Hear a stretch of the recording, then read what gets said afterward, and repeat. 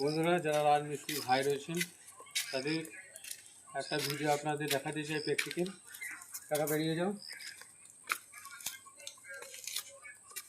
তারা গাছটি করলে কোথা থেকে উলুম করবে সঠিক নিয়ম জেনে নিন।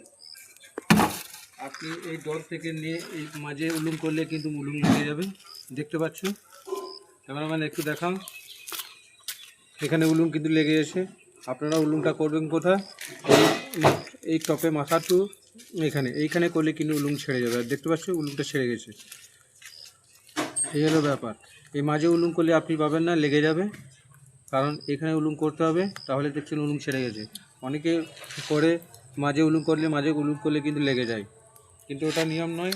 যখন আপনারা উলুম করবেন এখান থেকে নিয়ে এই অবধি উলুমটা ঝোলাবেন, কারণ তাহলে সঠিক নিয়মে আপনাদের উলুমটা হবে। আর যদি এখানে করেন, এখানে ছাড়াতে গেলে এই সামনের ইটটা বেরিয়ে যাবে, আর সামনের ইটটা বেরিয়ে গেলে আস্তে আস্তে পিলারটা কেটে যাবে। তাই আপনাদের বলছি, যখন উলুম করবেন এই টপে ধরবেন আর এই গোড়াতে লাগাবেন এভাবে, তাহলে দেখবেন ছেড়ে যাবে। আর এখানে লাগালে কিন্তু ছাড়বে না।